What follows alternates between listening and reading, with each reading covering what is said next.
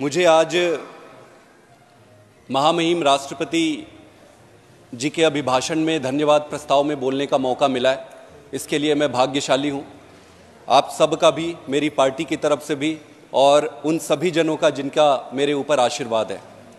Honourable chair madam, आप अगर अभिभाषण को पढ़ेंगे तो पहले पन्ने के पहले ग्राफ में ही 3 महत्वपूर्ण बातें सामने आती है। सबसे पहला है एक भारत श्रेष्ठ भारत, उसके बाद लिखा गया है अमृतकाल, और फिर तीसरा जो इम्पॉर्टेंट पॉइंट है वो है कि believers of the democratic principle and practices. मैं इन तीनों बातों को आधार बनाकर अपनी बात को आपके सामने और देश के सामने रखना चाहूँगा। ऑनरेबल चेयर मैडम, हम सब राजनीति में देश को आगे बढ़ाने के लिए और इस देश को श्रेष्ठ बनाने के उद्देश्य से ही आए। हम सारे अपने अपने जीवन में अलग अलग क्षेत्र में थे। हमने जीवन में सब कुछ छोड़कर राजनीति में आने का कारण ही यही था कि हम इस राष्ट्र को श्रेष्ठ भारत बनाना चाहते हैं। तो मुझे नहीं लगता कि इस सदन में बैठे हुए किसी भी व्यक्ति या किसी भी सदस्य और उस पूरे देश में किसी भी व्यक्ति के मन में संदेह होगा कि इस देश को कोई श्रेष्ठ बनाना नहीं चाहता है।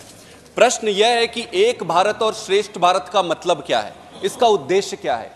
एक भारत श्रेष्ठ भारत का मतलब है कि इस देश में रहने वाला हर एक व्यक्ति में समानता हो, भारत ऐसा बने कि पूरी दुनिया में गौरवान्वित हो, श्रेष्ठ बने।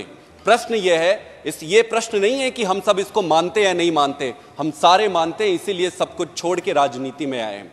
प्रश्न यह है कि क्या इस देश को एक और श्रेष्ठ बनाने के लिए हम पर्याप्त काम कर रहे हैं। दूसरा, अमृतकाल, बिल्कुल सही बात है। अमृतकाल की संभावनाओं के बारे में भी किसी को कोई संदेह नहीं है। इस पूरे देश के हर व्यक्ति, हर नागरिक, जिस प्रकार से इंफॉर्मेशन टेक्नोलॉजी आज उपस्थित है, जिस प्रकार की व्यवस्थाएं पूरे देश में हैं, सब कुछ संभावनाओं को दर्शित करता है। तो अमृतकाल की संभावनाएं अपार है। जिस तरीके से हमारे पास संभावना है as an opposition party, as a member of this country, उसी प्रकार से सरकार के पास भी संभावनाएं हैं कि अमृतकाल की संभावनाओं को वो कैसे इस राष्ट्र के देश में परिप्रेक्ष्य में उकेरते हैं।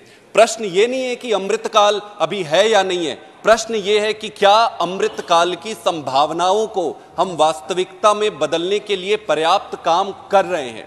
ऑनरेबल चेयर सर, एक भारत श्रेष्ठ भारत तो तभी होगा ना जब इस देश में रहने वाले हर एक व्यक्ति को एक समान और श्रेष्ठ शिक्षा मिले।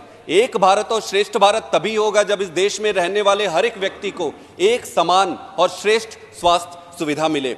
एक भारत और श्रेष्ठ भारत तभी होगा जब सभी व्यक्ति को समान न्याय मिलेगा। एक भारत श्रेष्ठ भारत तभी होगा जब सबको बराबर की सुरक्षा, रोजगार, पारदर्शी गवर्नेंस, राजनीतिक स्थिरता और नैतिक दायित्वों का निर्वहन होगा। एक भारत श्रेष्ठ भारत तो तभी बनेगा जब देश के हर एक व्यक्ति को समानता हो और उसके श्रेष्ठ बनाने के, उसके आगे बढ़ने के सभी व्यवस्थाएं पूरी हो। ऑनरेबल चेयर सर, एक एक करके मैं कुछ बिंदु आपके सामने रखना चाहता हूं। मैं इंस्टीट्यूशनल स्टेबिलिटी और इंस्टीट्यूशनल रिफॉर्म्स का पक्षधर हूं। मुझे ये लगता है सारी चीज़ों को देखते हुए पिछले 10 साल में हमारी सरकार ने, भारत की सरकार ने, प्रधानमंत्री मोदी जी ने जिस तरीके से काम किया है, ये पूरा काम एक पैच वर्क का काम दिखता है। कहीं भी मुझे एक भी ऐसा इंस्टीट्यूशन नहीं दिखता है जिस इंस्टीट्यूशन को उठाकर पूरा फोकस उस इंस्टीट्यूशन को इंप्रूव करने में लगाया हो। ऐसा लगता है कि सारा का सारा एक पैच वर्क है और पैच वर्क में थोड़ा सा पैसा इसमें डाल दो, थोड़ा पैसा इस पे डाल दो, थोड़ा पैसा उस पे डाल दो, आज अगर ये हो गया तो इस पे पैसा डाल दो, थोड़ा इधर थोड़ा उधर, थोड़ा सब कुछ करने के चक्कर में मुझे लगता है जो कॉम्प्रोमाइज हो रहा है वो इंस्टीट्यूशंस के साथ हो रहा है। और अगर इंस्टीट्यूशन के साथ कॉम्प्रोमाइज हुआ तो देश विकसित होना बहुत बहुत दूर की बात है। ऑनरेबल चेयर सर, अगर मैं अर्थव्यवस्था की बात करूं तो 3 आधारभूत परिप्रेक्ष्य हैं जिसको हमें डिस्कस करना चाहिए। आंकड़े तो बहुत सारे हो सकते हैं, सबसे इंपॉर्टेंट चीज यह है कि एक व्यक्ति की कमाई कितनी है, क्या उसकी कमाई में बढ़ोतरी हुई।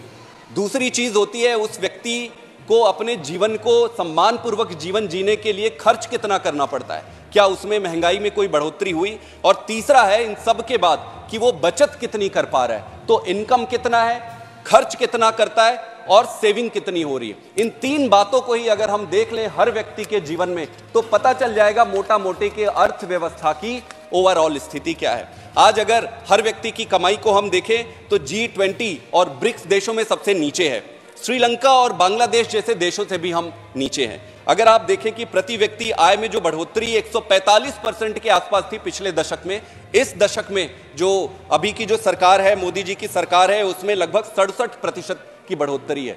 मैं ये नहीं कहता कि बढ़ोतरी नहीं हुई, बढ़ोतरी हुई है, लेकिन आप ये नहीं कह सकते कि पिछले साल इतना था, इस बार इतनी। आपको बढ़ोतरी को पूरे ग्लोबल परिप्रेक्ष्य में रख के देखना पड़ेगा कि कितनी बढ़ोतरी हुई। अगर पिछले दशक से और इस दशक में अगर कंपेयर करें तो जो बढ़ोतरी हुई है वो 50% कम हुआ है। दूसरा, अगर एक्सपेंडिचर को देखें सर, एक भारत और श्रेष्ठ भारत कैसे होगा जब महंगाई इतनी ज्यादा है? हर व्यक्ति के थाली में क्या सेम सामान, सभी अन्न खाद्यान्न आ सकते हैं? क्या हर व्यक्ति उसी प्रकार से बराबर खा सकता है? आज की परिस्थिति में तो नहीं खा रहा है। तो जिस दिन इस देश का हर व्यक्ति समान भोजन करने की स्थिति में पहुंचेगा, उसी दिन ये देश श्रेष्ठ भारत बनेगा और एक भारत बनेगा। महंगाई अगर देखें तो फूड इन्फ्लेशन 9 से 10% के आसपास रहा है। वेजिटेबल में देखेंगे 30% का इंक्रीज रहा है। दाल के भाव 20% बढ़ गए, अनाज के भाव 10% बढ़ गए, तेल के भाव, रिफाइंड ऑयल 70 रुपए हुआ करते थे 2014 में, अब लगभग 200 के आसपास पहुंच गए।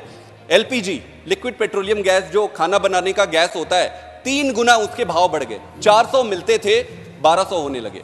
बहुत सारे ऐसे आंकड़े।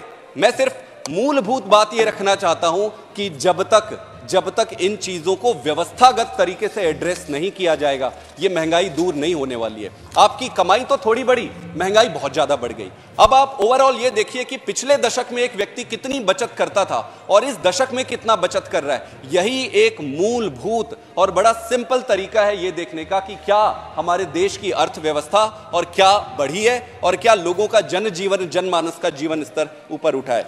बहुत सारे और आंकड़े हैं, लेकिन इनके अलावा अगर मैं इंस्टीट्यूशंस पे बात करूं, इंस्टीट्यूशन, आप बैंकिंग सेक्टर ले लो, 10.5 लाख करोड़ का हम राइट ऑफ कर रहे हैं। आप कहते हैं एक भारत श्रेष्ठ भारत। एक भारत बनेगा कैसे? अगर एक गरीब आदमी 1 लाख का लोन लेता है, 50,000 का लोन लेता है, तो उसके घर बैंक के अधिकारी पहुंच जाते हैं, कॉलर पकड़ के उससे बैंक का लोन वापस लेते हैं। दूसरे तरफ ऐसा होता है कि अगर 5,000 करोड़ 10,000 करोड़ का कोई लोन लेता है तो उसका हाथ पकड़ के विदेशों में भेज दिया जाता है। ये कैसा देश है? गरीब अगर लोन लेता है उसके लिए दूसरे नियम, अमीर एक, तो मुझे भी ये लगता है कि लोन 1 लाख 2 लाख का ना लेके 1-2 करोड़ का, लाख करोड़ का लोन लो, फिर उसमें छूटाने की भी जरूरत नहीं पड़ेगी और सरकार भी हाथ पकड़ के बाहर लेके जाएगी। कैसे एक भारत श्रेष्ठ भारत बना पाएंगे हम?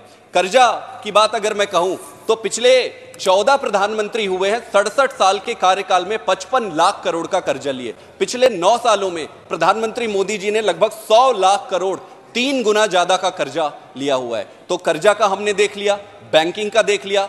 बैंकिंग की सेक्टर की हालत खराब है। आप अगर विदेशों में हमारे प्रति क्या भावना है दुनिया की, ये देखना है तो उसका सबसे सही आंकड़ा होता है कि एफडीआई कितना हुआ है, बढ़ रहा है, घट रहा है। और ये बढ़ रहा है, घट रहा है पिछले साल, इस साल, पिछले हफ्ते से नहीं, ग्लोबल परिप्रेक्ष्य में रिलेटिवली हमारे कितने बढ़े, कितने घटे, ये देखना पड़ेगा। क्योंकि आज हम तुलना, कंपटीशन अपने आप से नहीं कर रहे। आज हम बहुत सारे ऐसे देश हैं दुनिया में जिससे हमको पछाड़ना है, उनको पीछे करके आगे लेके जाना है, हमें श्रेष्ठ बनना है। तो ग्लोबल एफडीआई इनफ्लो का जो शेयर है वो डिक्लाइन हुआ है।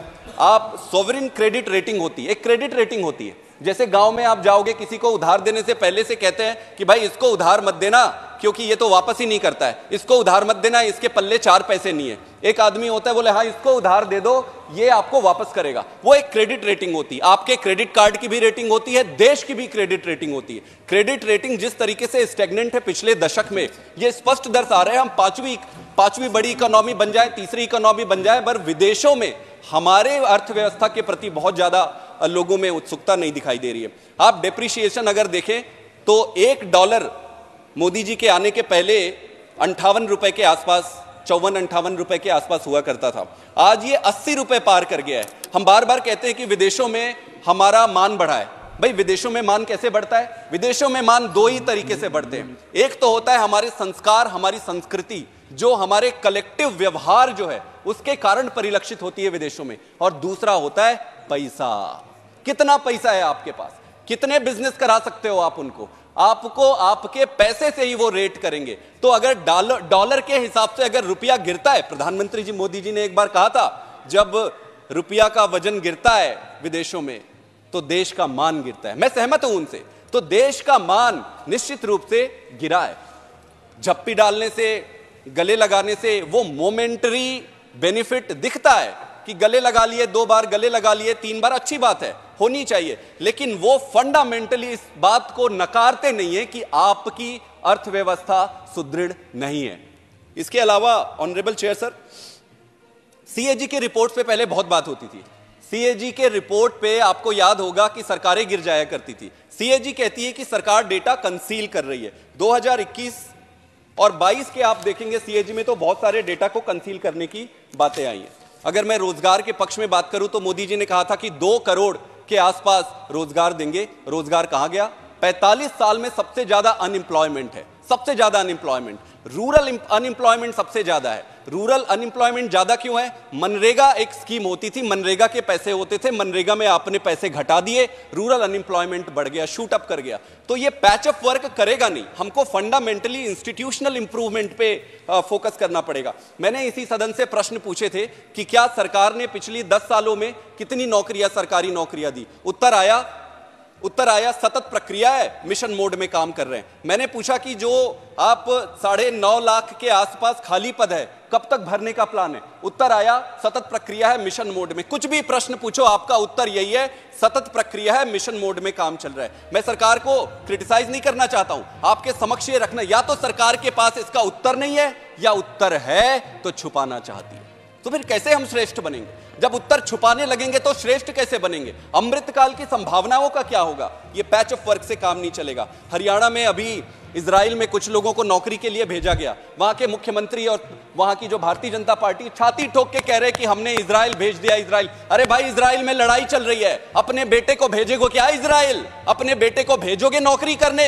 वो इजराइल नौकरी करने जा रहा है क्योंकि उसके देश में उसके पास पर्याप्त व्यवस्था नहीं है, वो खुशी से नहीं जा रहा है। तो इस पे हमें खुश होनी, हम कैसे श्रेष्ठ भारत बनाएंगे? ऑनरेबल चेयर सर, भ्रष्टाचार की तो बात ही छोड़ दें, मैं एक ही शब्द में यही कहना चाहूंगा कि काला धन लाने की जो बात कही गई थी उस पर कुछ हुआ नहीं, बट वो जुमला था, हमें बता दिया गया है, हमने उसे एक्सेप्ट कर लिया है। एक इंडेक्स होता है करप्शन परसेप्शन इंडेक्स। इस करप्शन परसेप्शन इंडेक्स में जो ट्रांसपेरेंसी इंटरनेशनल है उसने 93वां नंबर हमें दिया है। Out of 180 countries we were ranked 93। Bhutan was ranked 26, way above than us. India, आप बाकी को तो भूटान को छोड़ दो, तुनीशिया, रवांडा और घाना जैसे देशों से भी नीचे। कैसे श्रेष्ठ बनेंगे? कैसे श्रेष्ठ बनेंगे? स्लोगन ना बन के रह जाए, हमको श्रेष्ठ बनना है, हम सबको मिलकर काम करना है, पर ऐसे कैसे श्रेष्ठ बनेंगे? कैसे अमृतकाल की संभावनाओं को प्रखर करेंगे? रेलवे की बातें होती है ऑनरेबल चेयर सर, रेलवे एक बहुत बड़ा डिपार्टमेंट है। वो एक बच्चा होता है ना कि स्कूल में वो गणित जब उससे बनता नहीं है तो वो मम्मी को कहता है, मम्मी मुझे गणित नहीं बनाना है, गणित में बस पासिंग मार्क लाना है, मैं दूसरे विषय पढ़ूंगा, मम्मी मुझे गणित नहीं। ये कोई भी डिपार्टमेंट जो कॉम्प्लिकेटेड है, बड़ा है, उसको रिफॉर्म करना कठिन हो रहा है। तो इस सरकार की ये नियति बन गई है, आदत सी बन गई है कि इसको रिफॉर्म मत करो, इसको पीछे रखो, 4-5 नई चीजें शोकेश में ले आओ। तो रेलवे को रिफॉर्म करने के बजाय आप नए रेल ले आए, फलाना ढिमका, ये वो, बाकी सारी ठीक है, बनना चाहिए, स्पीड होनी चाहिए, सारी चीजें, लेकिन not at the cost of the entire railway department. आपने उस इंस्टीट्यूशन का कचरे का डब्बा बना दिया है पिछले कुछ सालों में, और 4 जगह ट्रेन का आप यहां पे फ्लैग ऑफ कर रहे हो, वहां। अरे इंस्टीट्यूशन का क्या हुआ रेलवे का? पिछले 9 साल में 11 बड़े ट्रेन एक्सीडेंट हुए, 2014, 2016, 2017, 2020, 2022, 2023, 2023 में 4 एक्सीडेंट हुए। कैसा देश है?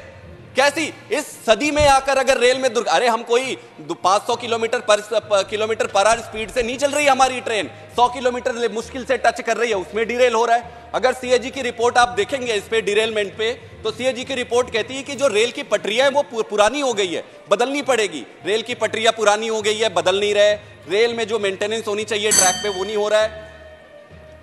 I will take some more time. 63% जो है सर रिपोर्ट, वो टेबल ही नहीं होते।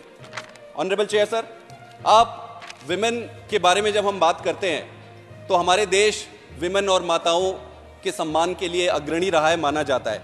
यत्र नार्यस्तु पूज्यन्ते रमन्ते तत्र देवता, यत्र एतास्तु न पूज्यन्ते सर्वास्त त्राफला क्रिया।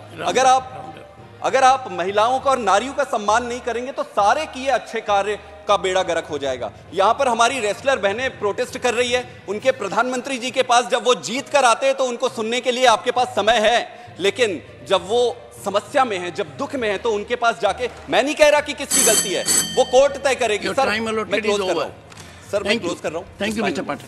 Sir, honourable chair sir, thank you very much for giving this time. आप एजुकेशन सेक्टर ले लो सर। आप thank you. If there had been a request from the party for extension of time, I would have given that. I'll just give me sir 2 minutes. I'll just close. Thank you very much. Okay. Just 2 minutes. Okay. Thank you. देश को श्रेष्ठ बनाने के लिए मुझे लगता है राम राज्य की परिकल्पना को हमें धारण करना पड़ेगा। राम राज्य गोस्वामी तुलसीदास जी ने और महाकवि वाल्मीकि ने भी लिखा हुआ है कि दैहिक दैविक भौतिक तापा, राम राज नहीं काहू ही व्यापा, सब नर करहि परस्पर प्रीति, चलहि स्वधर्म निरति श्रुति नीति। ऐसा देश बनाना है जहां हर व्यक्ति सुखी हो, हर व्यक्ति संपन्न हो, कोई किसी के हिस्से में दुख ना हो। पर राम राज्य की परिकल्पना सिर्फ किताबों में रह गई है। दिल्ली की सरकार इस पर काम कर रही है। इंस्टीट्यूशनल रिफॉर्म बहुत जरूरी है। नेहरू जी ने टेक्नोलॉजिकल इंस्टीट्यूशनल रिफॉर्म किए, बहुत अच्छी बात थी। अटल बिहारी जी ने इस देश को एथिकल पॉलिटिकल इंस्टीट्यूशनलाइज किया, एथिक्स को बड़ा करके अटल जी ने दिया। मेरे नेता अरविंद केजरीवाल जी ने काम की राजनीति को, स्कूल और अस्पताल को राजनीति में लाके इंस्टीट्यूशन किया। मोदी जी क्या कर रहे हैं? मोदी जी के पास सब कुछ करने की अपॉर्चुनिटी है, उनके पास इतनी ब्रूट बहुमत है, आप सारा कुछ कर सकते हो। अमृत काल की संभावनाओं का उपयोग करिए। श्रेष्ठ भारत बनाने में सबको मिलकर काम करना पड़ेगा, कोई अकेला कर नहीं सकता। Thank you very much sir, इतना समय देने के लिए। Thank you mister Pathak. Thank you.